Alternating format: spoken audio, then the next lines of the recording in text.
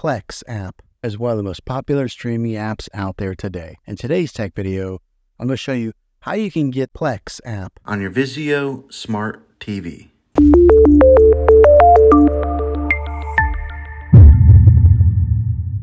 It can be really frustrating if you want to watch some of the great content that is on Plex app. Find that your TV is unable to download this app. Maybe you have an older model TV that isn't able to download any streaming apps, or your TV is unable to connect to the internet to get this app. So the way that I'm going to show you how to install Plex app, be able to work on any model of TV and any year of TV. You just have to have an HDMI port plug into. Now, the way to give your TV the ability to install Plex app, to get a streaming device to plug into your TV, I recommend getting a Roku stick or Amazon Fire Stick. Both of these media streaming players have the capability of downloading Plex app.